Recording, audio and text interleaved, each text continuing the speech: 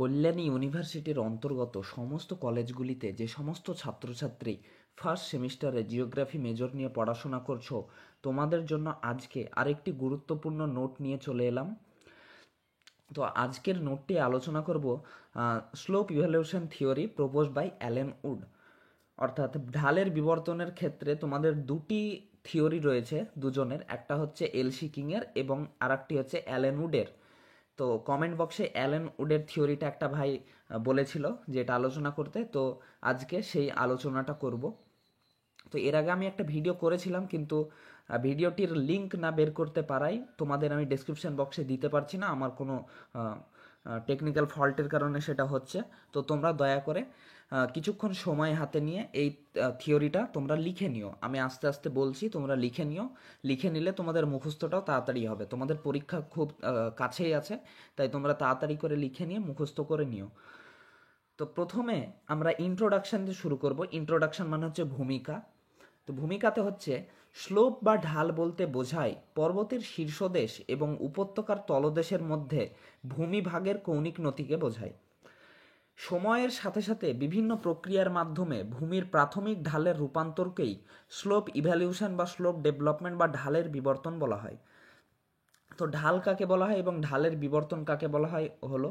এবার হচ্ছে স্লোপ ইভ্যালিউশনের ক্ষেত্রে ব্রিটিশ জিওমরফোলজিস্ট অ্যালেন উড একটি গুরুত্বপূর্ণ মডেল পেশ করেন। তিনি তার ধারণাকে 1942 খ্রিস্টাব্দে জিওগ্রাফিক্যাল অ্যাসোসিয়েশন অফ লন্ডনে the development of hill slide slope এই শিরোনামে প্রকাশ করেন। অবশ্যই the development of hill side slope এটাকে তোমরা সেমিকমার মধ্যে লিখবে এবং ডিফারেন্ট পেনের কালার ব্যবহার করবে। যেমন যদি তোমরা নীল কালি দিয়ে লিখো তাহলে এই পয়েন্টটাকে তোমরা কালো কালি দিয়ে ব্যবহার করবে। উড তার ধারণাতে স্লোপ ইভ্যালুশনের ক্ষেত্রে প্যারালাল রিট্রিয়েট বা পশ্চাৎ অপসারণ, আবহবিকারের হার এবং পুঞ্জিত ক্ষয়ের হারের সম্পর্কের উপর গুরুত্ব দেন। তো এই হচ্ছে ইন্ট্রোডাকশন। এবার হচ্ছে তোমাদের অ্যাজাম্পশন। অ্যাজাম্পশন মানে হচ্ছে প্রাথমিক অনুমান।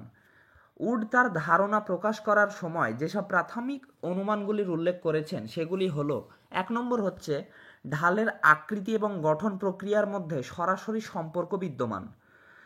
2 নম্বর হচ্ছে উড ধরে নিয়েছেন ঢালের বিবর্তন একটি স্থিতিশীল ভূমির উপর ঘটে যেখানে কোনো বড় ধরনের টেকটনিক অ্যাক্টিভিটি যেমন ভূমির উত্থান বা অবনমন অনুপস্থিত। 3 নম্বর অ্যাজাম্পশন হচ্ছে তিনি ধরে নিয়েছেন আদর্শ ঢালের প্রধান 4টি অংশ রয়েছে: concave slope, free face, rectilinear and concave slope. এই 4টি স্লোপের কথা বলেছেন, একটি স্লোপে 4টি অংশের কথা বলেছেন। এই অংশগুলির উপস্থিতি ঢালের বিবর্তন বোঝার জন্য আবশ্যিক।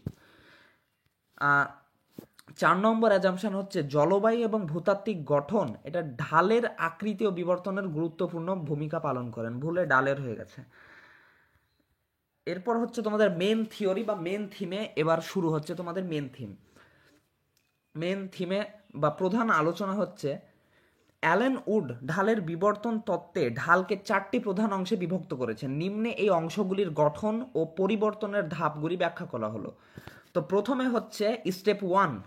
স্টেপ 1 হচ্ছে আইডেন্টিফিকেশন অফ স্লোপ এলিমেন্ট। এখানে হচ্ছে প্রথম পয়েন্ট হচ্ছে কনভেক্স অর ওয়াক্সিং স্লোপ, বা প্রথম যেই স্লোপটির কথা বলা হয়েছিল 4টি অংশ বলেছেন, তো তার মধ্যে প্রথম অংশ হচ্ছে convex or waxing slope. Convex মানে হচ্ছে উত্তল। ঢালের উপরের অংশে একটি উত্তল অংশ থাকে, এটিকে সম্মুখ উত্তল ঢাল বলা হয় বা কনভেক্স বা ওয়াক্সিং স্লোপ বলা হয়। 2 নম্বর হচ্ছে ফ্রি ফেস। এটি হলো ঢালের খাড়া অংশ যেখানে শিরা উন্মুক্ত থাকে এবং ক্ষয় দ্রুত ঘটে। এটা হচ্ছে সামনের অংশ, ঢালের খাড়া এবং সামনের অংশ। এখানে ক্ষয়জাত পদার্থ জমা হতে পারে না, কারণ এখানকার স্লোপ অনেকটা স্টিপ হয়। স্টিপ মানে হচ্ছে খাড়া, সে কারণে ক্ষয়জাত পদার্থগুলি সরাসরি নিচে নেমে চলে আসে। 3 নম্বর হচ্ছে রেক্টিক্লিনিয়ার অর কনস্ট্যান্ট স্লোপ। এটি ঢালের মাঝের অংশ যা প্রায় সোজা। এখানে ক্ষয় ও পরিবহনের মধ্যে ভারসাম্য থাকায় ধ্রুবক ঢাল গঠিত হয়। ধ্রুবক মানে হচ্ছে কনস্ট্যান্ট ঢাল বা কনস্ট্যান্ট স্লোপ গঠিত হয়, কারণ এখানে ক্ষয় এবং পরিবহন একই হারে চলতে থাকে। 4 নম্বর হচ্ছে কনকেভ অর ওয়ানিং স্লোপ। ঢালের নিচের দিকে একটি অবতল আকৃতির অংশ থাকে। কনকেভ মানে হচ্ছে অবতল। এখানে ক্ষয়জাত পদার্থ সঞ্চিত হয় এবং ক্ষয়ের হার এখানে কমে যায়। তো এই হচ্ছে 4টি অংশ সম্পর্কে তোমাদের বর্ণনা করা হলো। এই 4টি অংশ থেকে তোমাদের যে কোনো একটা অংশ তোমাদের 2 মার্কের জন্য চলে আসতে পারে, যে কনকেভ স্লোপ কাকে বলা হয়, বা ফ্রি ফেস কাকে বলা হয়, বা কনভেক্স স্লোপ কাকে বলা হয়, এইভাবে তোমাদের চলে আসতে পারে। এরপর হচ্ছে স্টেপ টু হচ্ছে প্রসেস বা প্রক্রিয়া।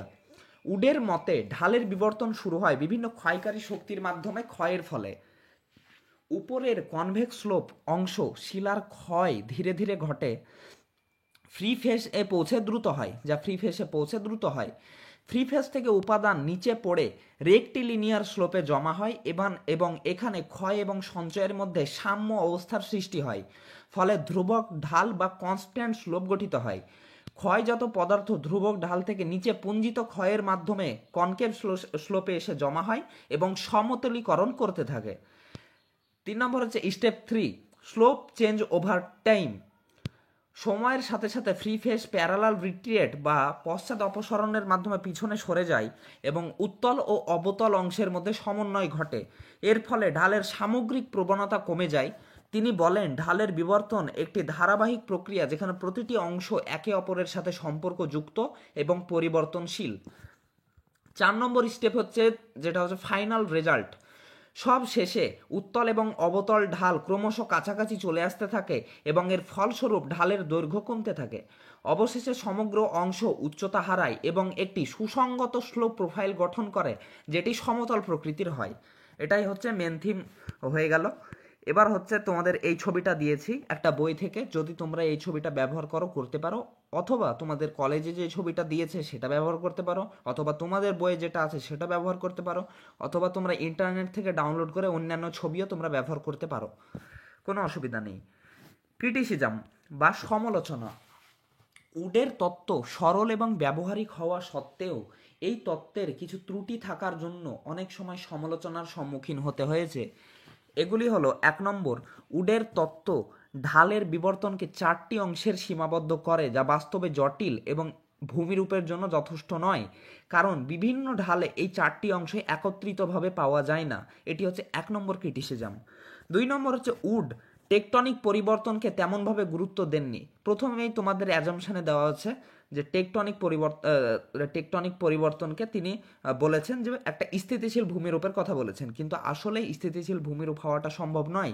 উড টেকটনিক পরিবর্তনকে তেমনভাবে গুরুত্ব দেননি এবং উপেক্ষা করেছেন, কিন্তু ওয়ালথার পেঙ্কের মতে এটি ঢালের বিবর্তনে গুরুত্বপূর্ণ ভূমিকা পালন করে। 3 নম্বর ক্রিটিসিজম হচ্ছে তিনি ক্ষয় এবং সঞ্চয় প্রক্রিয়ার মধ্যে সম্পর্ক ব্যাখ্যা করলেও এই প্রক্রিয়াগুলো কিভাবে এবং কত দ্রুত কাজ করে তা বিস্তারিতভাবে আলোচনা করেননি। 3 নম্বর ক্রিটিসিজম হলো। 4 নম্বর হচ্ছে উড জলবায়ুকে গুরুত্ব দিলেও এটি কিভাবে বিভিন্ন ঢালের আকৃতি তৈরি করে তা পরিষ্কার নয়। 5 নম্বর অ্যাজাম্পশন হচ্ছে ঢালের বিবর্তনের সময়কাল বা ধাপগুলোর ক্রম কিভাবে নির্ধারিত হবে তা নিয়ে তথ্যটি নীরব এবং এটি ডেভিসের তত্ত্বের তুলনায় অনেক কম গঠনমূলক। এটি হচ্ছে তোমাদের 5টি অ্যাজাম্পশন দেওয়া, 5টি ক্রিটিসিজম বা সমালোচনা আলোচনা করা হলো। এরপর তোমাদের লাস্টে একটা ছোট্ট কনক্লুশন বা পরিশিষ্ট তোমাদের আলোচনা করা হয়েছে। উডের ঢাল বিবর্তন তত্ত্ব ভূমিরূপ বিজ্ঞানের একটি গুরুত্বপূর্ণ তত্ত্ব। তার তত্ত্ব ঢালের বিবর্তনকে বোঝার জন্য একটি সরল কাঠামো প্রদান করে, তবুও এই তত্ত্বটি সম্পূর্ণ নয় এবং জটিল ভূমিরূপ বিবর্তনের ক্ষেত্রে আলোচনা করতে এই তত্ত্বটি সীমিত। তোমাদের এই উডের থিওরিটা আলোচনা করা হলো, তোমরা লিখে নাও এবং মুখস্থ করে নাও, এবং ভিডিওটি ভালো লাগলে অবশ্যই লাইক করে এবং চ্যানেলটিকে সাবস্ক্রাইব করে রেখো। তোমাদের সেকেন্ড সেমিস্টারে এরূপ গুরুত্বপূর্ণ নোট, সাজেশন, তারপরে প্রিভিয়াসের কোয়েশ্চেন পেপার সমস্ত কিছু নিয়ে আলোচনা করা হবে, তাই তোমরা এখনই সাবস্ক্রাইবটা করে রেখো। ধন্যবাদ।